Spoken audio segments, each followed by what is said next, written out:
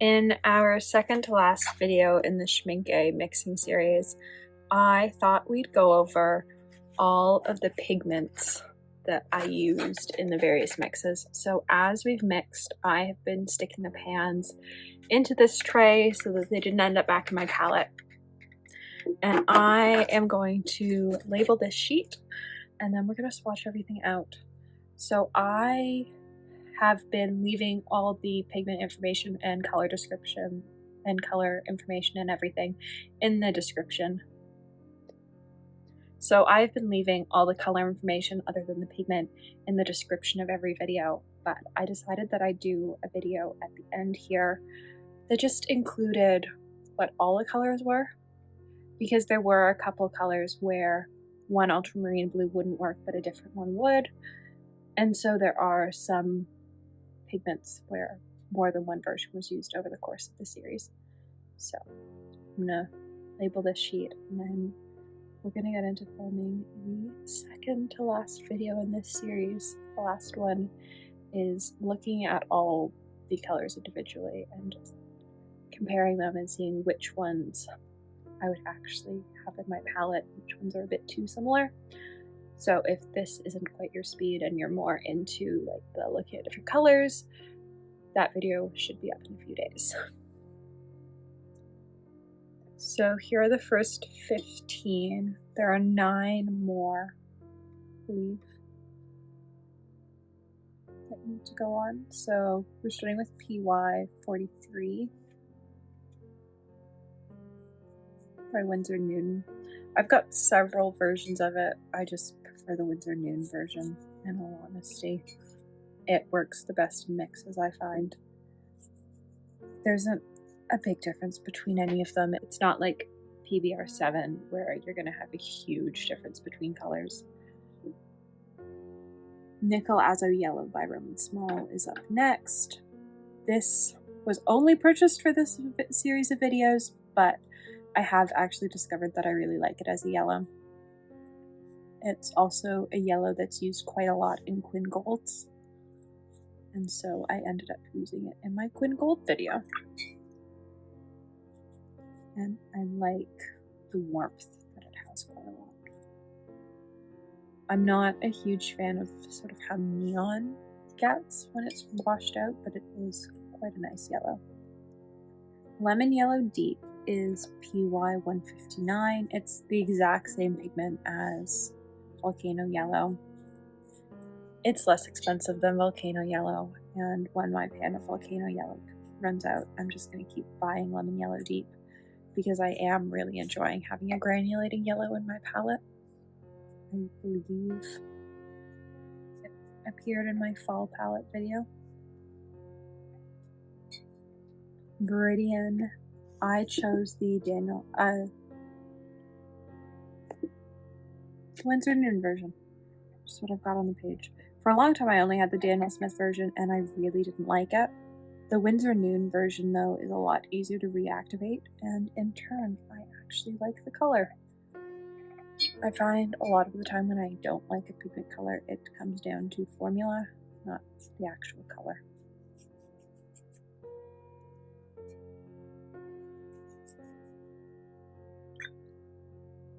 Cobalt Green Pale is a color where I'm pretty sure that I just don't like the color. It likes to separate from its binder quite a lot. I tried mixing it in the tube, I've tried mixing it in the pan, and even as it dries it separates, and then as soon as you wet it, it starts to separate. Pine next to it does the same thing. The difference with pine is it sort of stays with its binder once you mix it. Cobalt Green Pale doesn't. It's such a thin color that once it's down on a page, like you've got the whole like halo effect that you get when you've just got binder on a page. And I don't love that effect in paints. Cosmic Creations Pine is PG26. I love this color. It's super opaque and it doesn't get as much love as it used to, just because of how opaque it is. But unlike the Daniel Smith version down here, you can see that even as I wash out pine, like it's got the same sort of binder separation on the top of the pan, but you don't get the same sort of halo effect on the sides where it's yellow like it is down here. Like you can just work it out, and I really like that. I do have a pan of this color somewhere. I can't find it though. So it's too much paint. I'm just gonna put some on the page. Winsor Newton, Winsor Green. I got a 15 ml tube because it was the only size that I could get. I don't like this color. It's too bright. I think it was only used in one of the super granulating colors. What color was it used in even? It was used in Haze Black. Haze Black used this. And it was the only color in the entire set of 10 palettes that used it. I don't like it at all. There are so many other colors out there. There's so many other greens that you could choose. I don't know if it's just because it's a Winsor Newton version. It's the only one I could find, and it's so neon green and so like fluorescently bright that I don't like it. This is actually Cobalt Teal Blue. I always write it as Cobalt Blue Teal, but no, it's Cobalt Teal Blue. I love this color.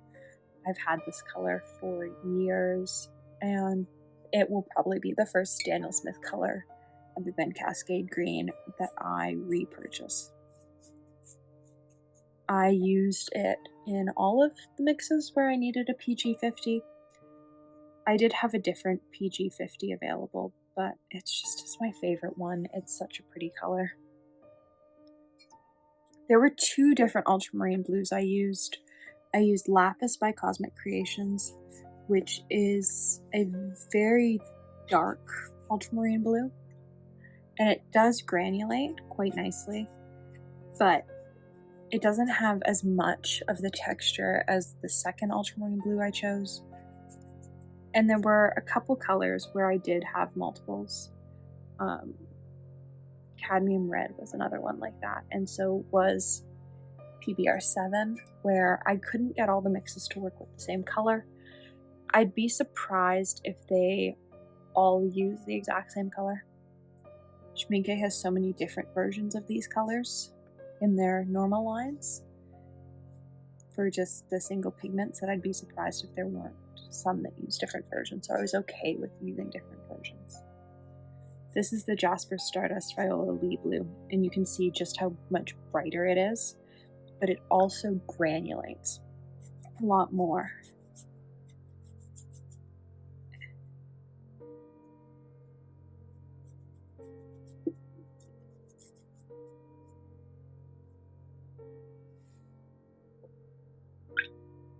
Cosmic Creations Cerulean I used in some of the mixes, but it's very bright for Cerulean, and I found that for some of the mixes it was just too blue.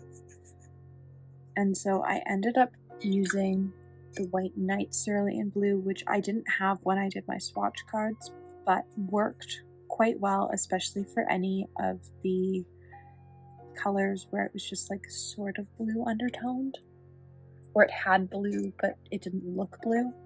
I found that the White Knight Cerulean was the Cerulean I had to use.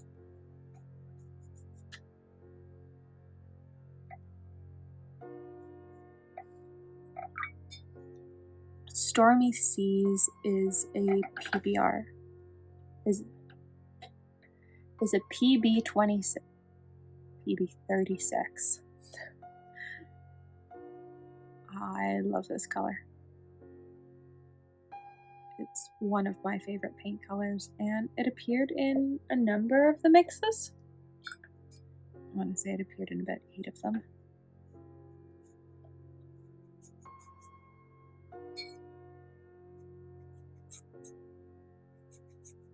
It's a really pretty granulating teal color.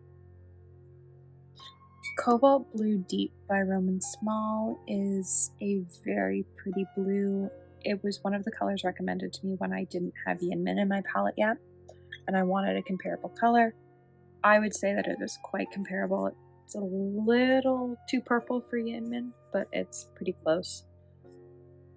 I think this only appears in maybe 2 or 3 colors in the palette, but is still a very pretty color just to have in your palette as a blue.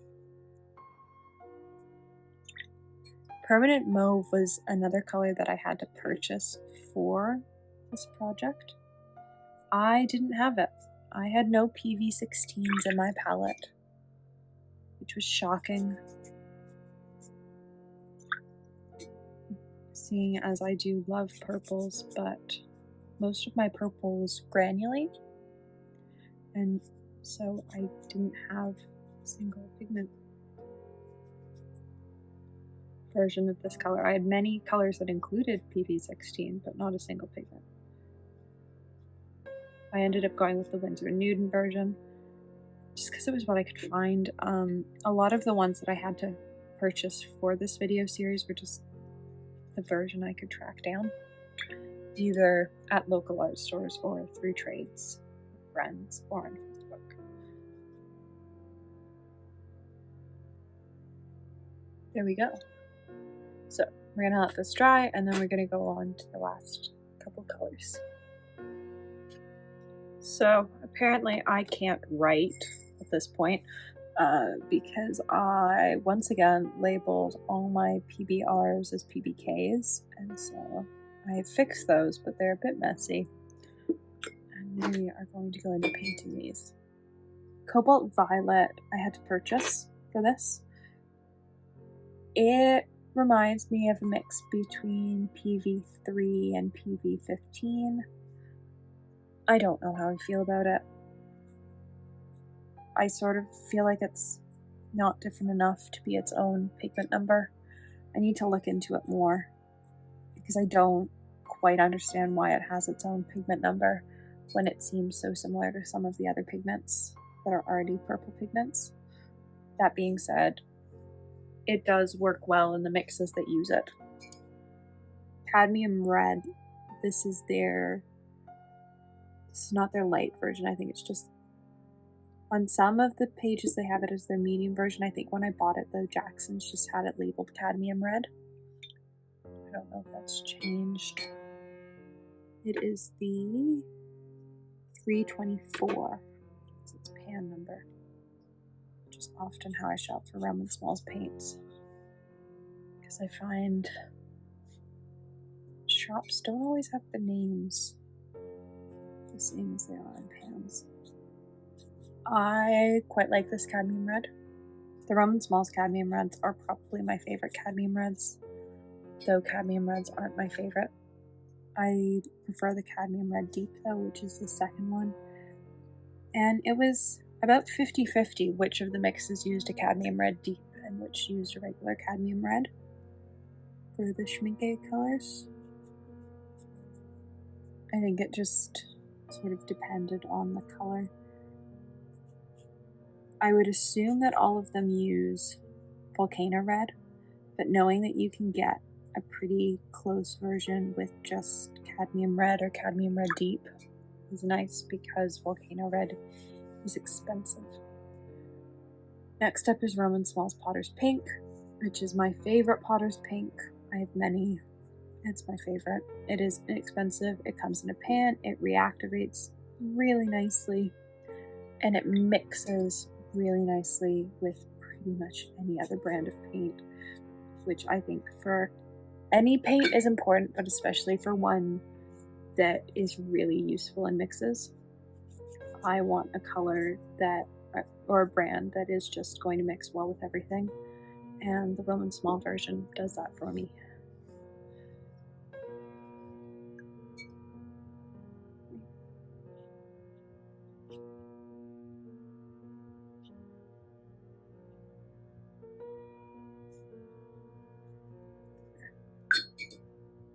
Make it a little less liney. Mars Brown I had to purchase, mostly because I wanted to try the Schmincke version. I have a version from a small shop, but I didn't know how different they would be from each other, and looking at swatches online, they looked pretty different. And so I decided to actually buy Mars Brown, and I'm glad I did because there is a difference in hue.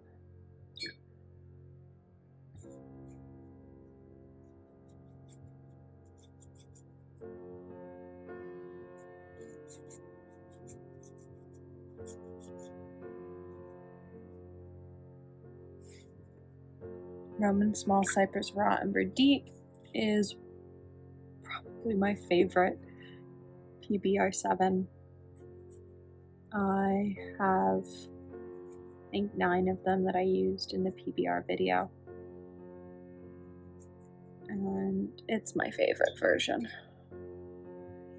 It's such a nice color to work with.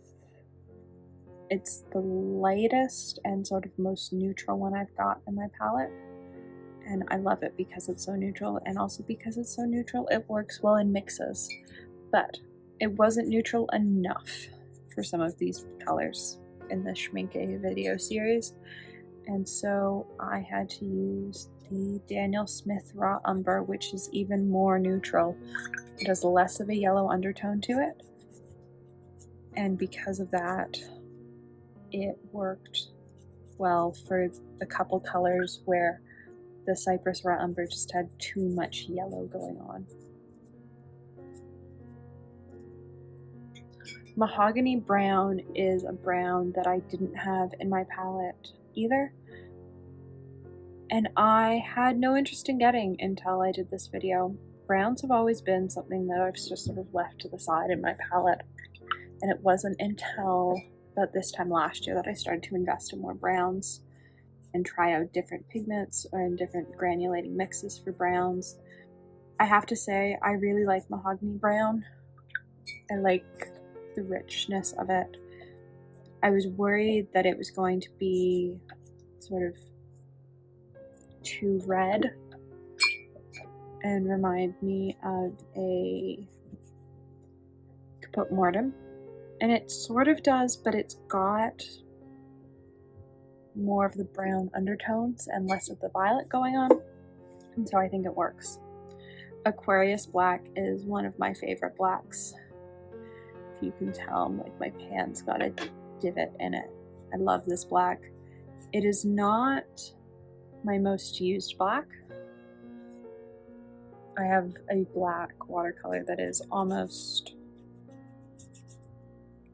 like black, and it's great, but Aquarius Black is often what I use in mixes. It granulates really nicely. I do wish the pigment particles were slightly smaller. They're a little bit big, and because of that, it doesn't always mix super well. Schmincke does make a version of it, but I couldn't find it.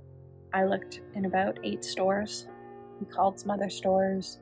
Nowhere that stocked Schmincke stocked this color, even if they stocked Schmincke open stock. So I don't know if they've discontinued it or they're just having supply chain issues still with getting the pigment for it, but the only version I could track down was the Roman Szmal version, and I was happy to even be able to track down the Roman Szmal version.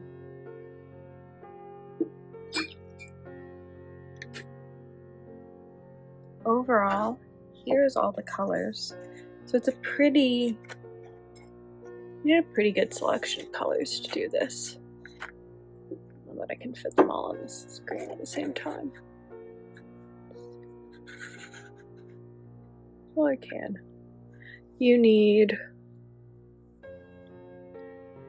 So let's disregard any that are duplicates. So we had 1, 2, 3, 4 duplicates.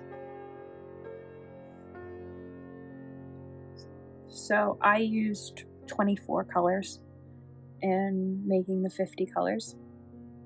Theoretically, you could do it with 20. I think you'd really need to tailor your PBR7, your cadmium red, your PB29, you probably just get away with this lighter version of a Cerulean. Though there was one that it didn't work and you needed the more turquoise version. So it's an interesting palette to look at everything all together, because really it does take a whole bunch of different pigments to do. I sort of want to pull these into like a travel palette my next trip. It's an idea. This being my travel palette. Maybe. We'll see. But you could theoretically do it with 20 colors.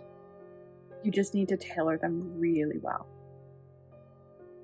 And have a black that has smaller particles, because that was a big issue in many of the mixes with the size of this black.